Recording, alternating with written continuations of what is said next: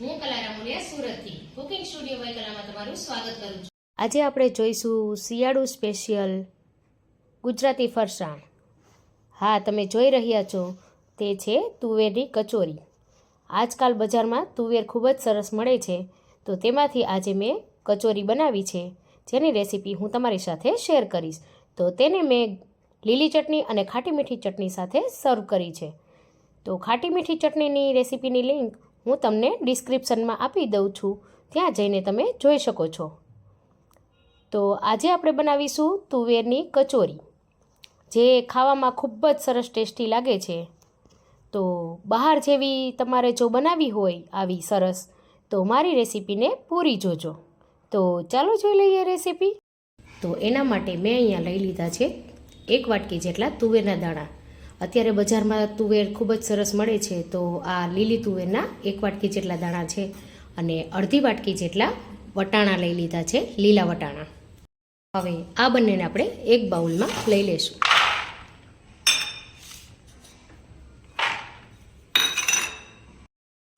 હવે આમાં આપણે મેં અહીંયા 2 ચમચી જેટલું લસણ, એટલે કે 15 થી 20 નંગ કળી જેટલું લસણ ને ઝીણું ઝીણું સમારી લીધું છે આ રીતે, અને લઈ લેવાનું છે। અને એક આદુનો ટુકડો મોટો હતો, તેના ટુકડા આ રીતે કરીને લઈ લીધા છે।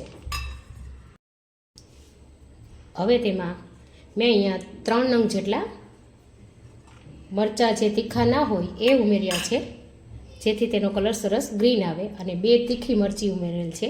તમે તમારા ટેસ્ટ મુજબ ઓછું વધારે લઈ શકો। હવે આ મિશ્રણને આપણે મિક્સર જારમાં લઈ પીસી લેવાનું છે। એક ભાગમાં નહીં પીસાય, એટલે આપણે તેને 2 ભાગમાં પીસીશું।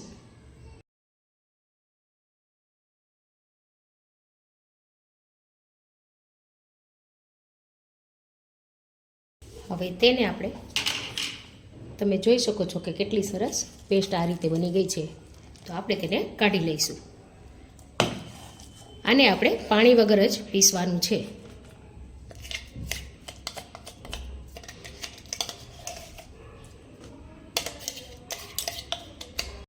હવે એ જ પ્રમાણે આપણે બીજો ભાગ પણ પીસાઈ ગયો છે, તો તેને પણ આપણે કાઢી લઈશું। અહીંયા મેં સૂકા લસણનો ઉપયોગ કર્યો છે। જો તમારી પાસે લીલું લસણ અવેલેબલ હોય તો તમે લીલા લસણનો પણ ઉપયોગ કરી શકો છો, તેનાથી ટેસ્ટ ખૂબ જ સરસ આવશે। મારી પાસે અત્યારે અવેલેબલ નહોતું, એટલે મેં યુઝ નથી કર્યું। તો આપણી આ પેસ્ટ પીસાઈને રેડી થઈ ગઈ છે। મેં અહીંયા એક પેન ગરમ કરવા માટે મૂકી દીધી છે, તેમાં હું મોટી 2 ચમચી જેટલું તેલ ઉમેરી દઈશ।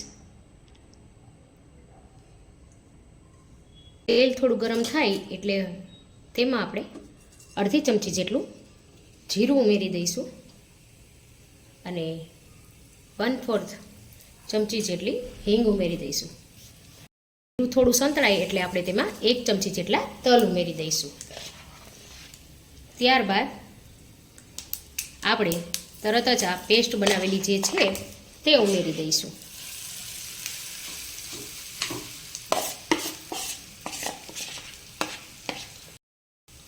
તેને આપણે સારી રીતે સાંતળી લેવાની છે, આ રીતે।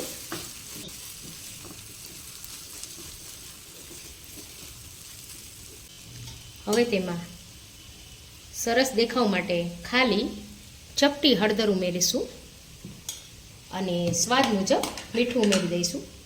મેં અહીંયા 1/4 ચમચી જેટલું મીઠું ઉમેરેલ છે।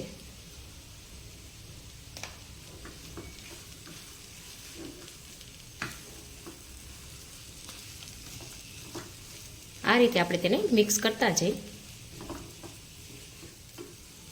સરસ ચડાવી લઈશું।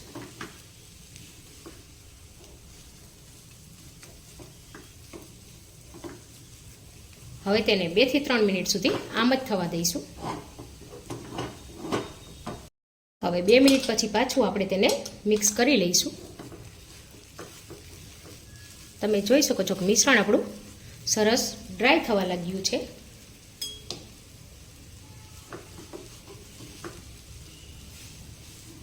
તો હવે એમાં આપણે 3 થી 4 ચમચી જેટલું પાણી ઉમેરવાનું છે, જેથી કરી આપણે તુવેર અને વટાણા જે ઉમેરેલા છે તે સરસ ચડી જાય. 3 થી 4 ચમચી જ ઉમેરેલ છે, વધારે નથી ઉમેરવાનું. આ રીતે પાણી ઉમેરી અને એકદમ સ્લો રાખી ઢાંકણ બંધ કરી તેને 3 થી 4 મિનિટ સુધી ચડવા દઈશું. હવે 3 થી 4 મિનિટ થઈ ગઈ છે અને આપણું મિશ્રણ સરસ ચડી ગયું છે, તમે જોઈ શકો છો. અને એકદમ તુવેર પણ સારી રીતે ચડી ગઈ છે. હવે તેમાં આપણે થોડા મસાલા કરી લઈશું, જેમાં આપણે લાલ મરચાંનો બિલકુલ ઉપયોગ નથી કરવાનો. હવે અત્યારે મેં અહીંયા અડધી ચમચી જેટલું ગરમ મસાલો લીધો છે. 2 થી 3 ચમચી જેટલું અહીંયા ટોપરું લીધું છે. ટોપરાનું ખમણ જે એકદમ બારીક આવે છે એ લીધું છે મેં અહીંયા. અડધી ચમચી જેટલો આમચૂર પાવડર લીધો છે, જેથી ખાટો મીઠો ટેસ્ટ સરસ આવે. અને એની જ સાથે અડધી ચમચી જેટલી ખાંડ લઈશ. ત્યારબાદ મેં અહીંયા ચણાનો લોટ જે શેકીને રાખ્યો છે તે ઉમેરી દઈશું. 2 ચમચી જેટલો ચણાનો લોટ લઈ લેશું કે જેનાથી આ કચોરીનું બાઇન્ડિંગ ખૂબ સરસ આવે. તમારે જો વધારે જરૂર પડે તો થોડો વધારે ઉમેરવો, નહીંતર અત્યારે મેં અહીંયા મોટી 2 ચમચી જેટલો ચણાનો લોટ ઉમેર્યો છે. હવે આ બધી જ વસ્તુને આપણે પાછું સારી રીતે મિક્સ કરી લેવાનું છે. ચણાનો લોટ અહીંયા શેકીને જ લેવાનો છે. જો તમે કાચો ચણાનો લોટ લેશો તો તેમાં કાચી ચણાના લોટની સુગંધ આવશે, એટલે અહીંયા શેકેલો જ ચણાનો લોટનો ઉપયોગ કરવો. ચણાનો લોટ અહીંયા શેકીને લેવાથી ટેસ્ટ ખૂબ જ સરસ આવશે. તમે જોઈ શકો છો કે એકદમ મિશ્રણ સૂકું અને કોરું થવા લાગ્યું છે. આ રીતે આપણે તેને હજી સારી રીતે મિક્સ કરી લઈશું.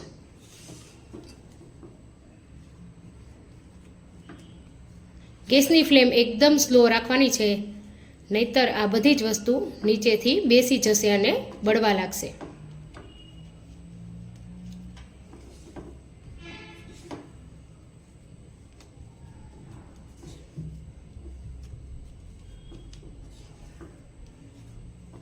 તમે જોઈ શકો છો કે મિશ્રણ એકદમ સૂકું ડ્રાય થઈ ગયું છે. આ રીતે હવે આપણે ગેસની ફ્લેમ બંધ કરી દેવાની છે. એમાં મેં અહીંયા કિસમિસના ટુકડા ઉમેરી દીધા છે, ત્યારબાદ કાજુના પણ ટુકડા ઉમેરી દીધા છે અને બંનેને મિક્સ કરી સારી રીતે પાછું મિક્સ કરી લઈશું. તમે જોઈ શકો છો કે ચણાનો લોટ ઉમેરવાથી આપણું મિશ્રણ કેટલું સરસ ડ્રાય થઈ ગયું છે એકદમ.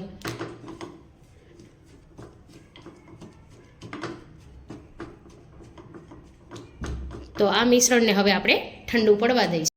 હવે આપણે ઉપરના પડ માટે લોટ બાંધી લઈશું. તેના માટે મેં અહીંયા 250 ગ્રામ જેટલો મેંદો લઈ લીધો છે. તેમાં આપણે બરાબર મોણ થાય એ રીતે 2 મોટા ચમચા જેટલું તેલ ઉમેરી દઈશું અને જરૂર પડે તો પાછું ઉમેરશું. અને ત્યારબાદ તેમાં મીઠું સ્વાદ અનુસાર ઉમેરી દઈશું. અને હવે એકવાર આપણે લોટને સારી રીતે આ રીતે મોઈ અને ચેક કરી લેશું. આપણે તેને મુઠ્ઠી પડતું મોણ રાખવાનું છે, જેથી કરી ઉપરનું પડ એકદમ સોફ્ટ અને ક્રિસ્પી બને.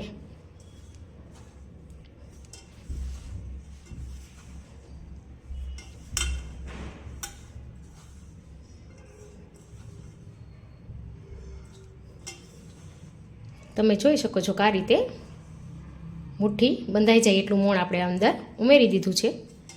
તો હવે આપણે થોડું થોડું પાણી ઉમેરતા જઈ લોટ બાંધી લઈશું.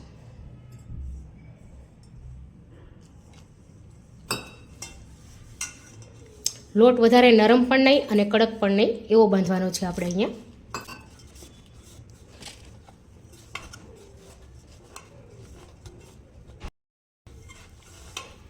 તો અહીંયા આપણો લોટ બંધાઈ ગયો છે.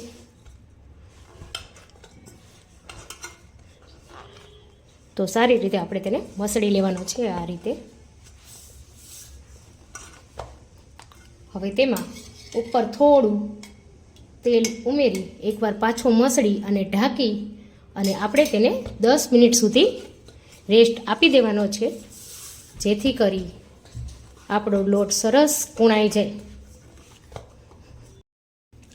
હવે 10-15 મિનિટ પછી આપણું મિશ્રણ ખૂબ જ સરસ ઠંડુ થઈ ગયું છે. તમે જોઈ શકો છો કે કેટલું સરસ આ રીતે કડક છે. તો હાથેથી આપણે તેને મિક્સ કરી લઈશું. આ રીતે જો આ રીતે તેને હાથેથી સારી રીતે મિક્સ કરી અને એના આપણે નાની નાની કચોરી જેવા ગોળા વાળી લઈશું. હવે થોડું મિશ્રણ આ રીતે હાથમાં લઈ આપણે નાની નાની કચોરી વાળવાની છે. તો આપણે તેના નાના નાના લુવા લઈ લઈશું. આ રીતે તમે જોઈ શકો છો કે કેટલા સરસ બોલ બની ગયો છે. આ રીતે આપણે મિની કચોરી બનાવવાના છીએ.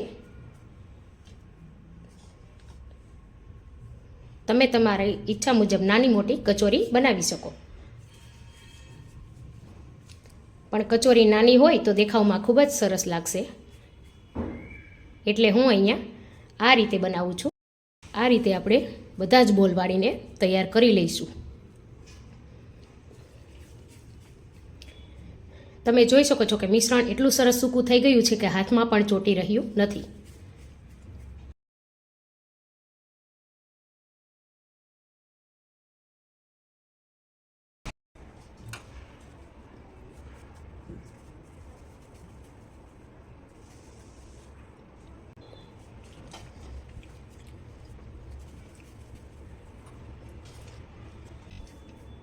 અને આ છેલ્લે નાની કચોરી. તો તૈયાર છે અહીંયા આપણી બધી જ કચોરીના વચ્ચેનું સ્ટફિંગ બનાવીને ગોળી. 16 નંગ કચોરી મારે એટલા મિશ્રણમાંથી બની છે. હવે 10-15 મિનિટ પછી આપણો લોટ સરસ તમે જોઈ શકો છો કે કૂણાઈ ગયો છે, ખૂબ સરસ. હવે તેમાંથી આપણે એક નાનકડો લુવો લઈ લઈશું અને આપણે થોડું તેલ આ રીતે પાટલા પર લગાવી દેવાનું છે, જેથી પૂરી સરસ વણાઈ જાય.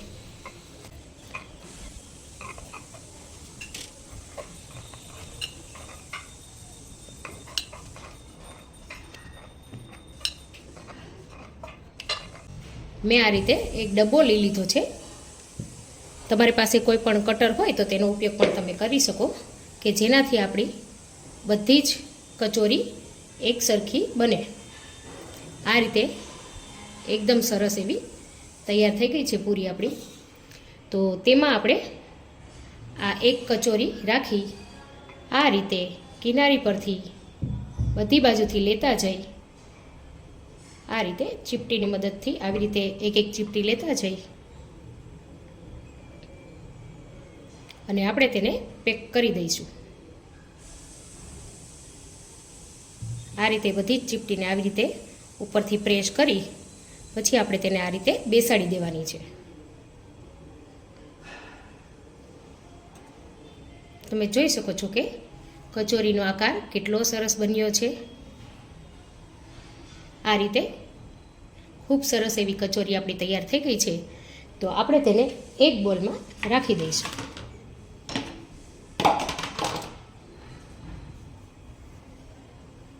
એ જ રીતે આપણે બીજી કચોરી પણ બનાવી લઈએ. આપણે કચોરીની પૂરી વધારે જાડી પણ નહીં અને પતલી પણ નહીં એવી વણવાની છે. મેં અહીંયા થોડો ટાઈટ જ લોટ રાખ્યો છે. એકદમ નરમ રાખીશું તો સરસ ક્રિસ્પી નહીં બને, એટલે થોડો કઠણ હોય તો સારું.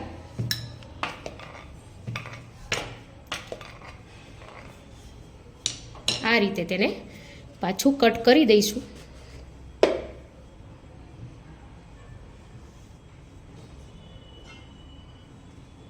અને એક કચોરી રાખી બધી બાજુથી આવી રીતે ચીપટી લેતા જઈ કચોરીને આપણે વચ્ચેથી પેક કરી લેવાની છે.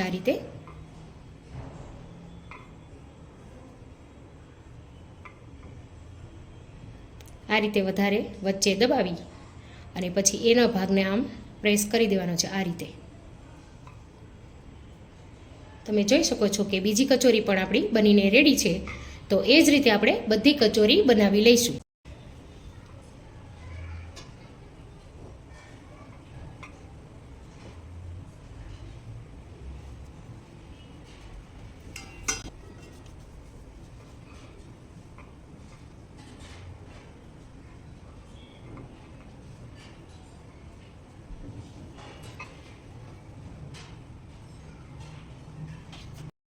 તમે આ રીતે થોડી પૂરી અગાઉથી વણી અને રાખી શકો, જેથી કચોરી આપણે ફટાફટથી ભરી શકીએ. તો મારે અહીંયા બધી જ કચોરી બનીને આ રીતે તૈયાર થઈ ગઈ છે. તો હવે આપણે સાઈડમાં તેલ ગરમ કરવા માટે મૂકી દઈશું. હવે તેલને આપણે થોડું જ ગરમ કરવાનું છે, વધારે ગરમ નથી કરવાનું. અને આપણે તેમાં આ કચોરીને ઉમેરી દઈશું.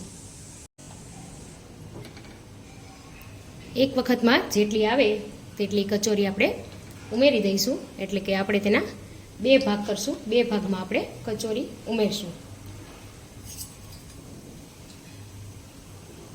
હવે તેને વચ્ચેથી આ રીતે ધીરે ધીરે ચલાવતા રહેવાનું છે. તેલને એકદમ ગરમ નથી કરવાનું. જો તમે તેલને એકદમ ગરમ કરશો તો ઉપરની સાઈડ ઝીણા ઝીણા સ્પોટ આવી જશે અને એકદમ ક્રિસ્પી નહીં બને. જો તમારે ક્રિસ્પી પડ બનાવવું હોય તો આ રીતે ધીમે ધીમે તેને સતત ચલાવતા રહેવું પડશે. વચ્ચે વચ્ચે આપણે તેને ચલાવતા રહીશું.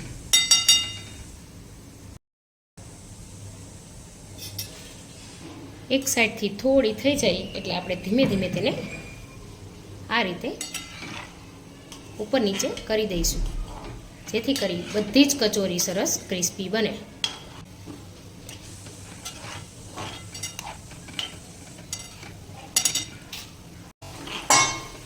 તમે જોઈ શકો છો કે ધીમે ધીમે આપણી કચોરી સરસ બ્રાઉન કલર આવી રહ્યો છે.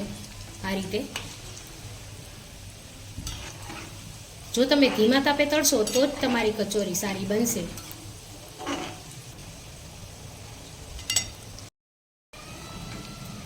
હવે તમે જોઈ શકો છો કે આપણી કચોરી સરસ બ્રાઉન થઈ રહી છે. આ રીતે તો એક કચોરીના પાકવામાં લગભગ અંદાજે 10 મિનિટ જેવો ટાઈમ લાગશે. થોડું ધીમે ધીમે જ આ પ્રોસેસ કરવાની છે, તો જ તમારી બિલકુલ બજાર જેવી એકદમ ક્રિસ્પી કચોરી બનશે. આ રીતે વચ્ચે વચ્ચે સતત ચલાવતા રહેવું. હવે તમે જોઈ શકો છો કે કચોરી સરસ બ્રાઉન કલર આવી ગયો છે. તો હવે અહીંયા આપણી કચોરી બનીને તૈયાર થઈ ગઈ છે. તો એક પ્લેટમાં તેને કાઢી લઈશું. આ રીતે કાઢી લેવાની છે. તમે જોઈ શકો છો કે કચોરીનો કલર કેટલો સરસ ઉપર દેખાઈ રહ્યો છે અને એકદમ ક્રિસ્પી બની છે.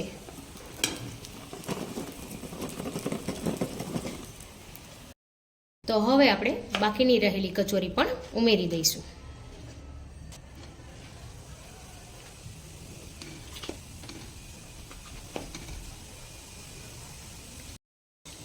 તો હવે આને પણ આપણે વચ્ચેથી આ રીતે ચલાવતા જઈ અને સરસ પકાવી લઈશું. તો આ કચોરી પણ તમે જોઈ શકો છો કે સરસ ક્રિસ્પી બનીને તૈયાર થઈ ગઈ છે.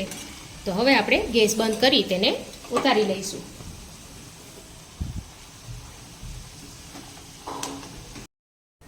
તો તૈયાર છે આપણી લીલવાની કચોરી. અહીંયા મેં બધી જ કચોરી બનાવીને તૈયાર કરી લીધી છે. તમે જોઈ શકો છો કે કેટલી સરસ ક્રિસ્પી બની છે. હું તમને બતાવું.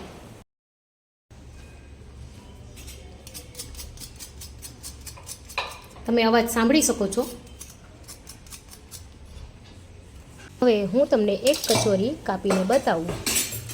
તમે જોઈ શકો છો કે અંદરથી કેટલો સરસ ગ્રીન કલર આવ્યો છે અને એકદમ ગરમા ગરમ આ કચોરી ખાવામાં ખૂબ જ ટેસ્ટી લાગે છે.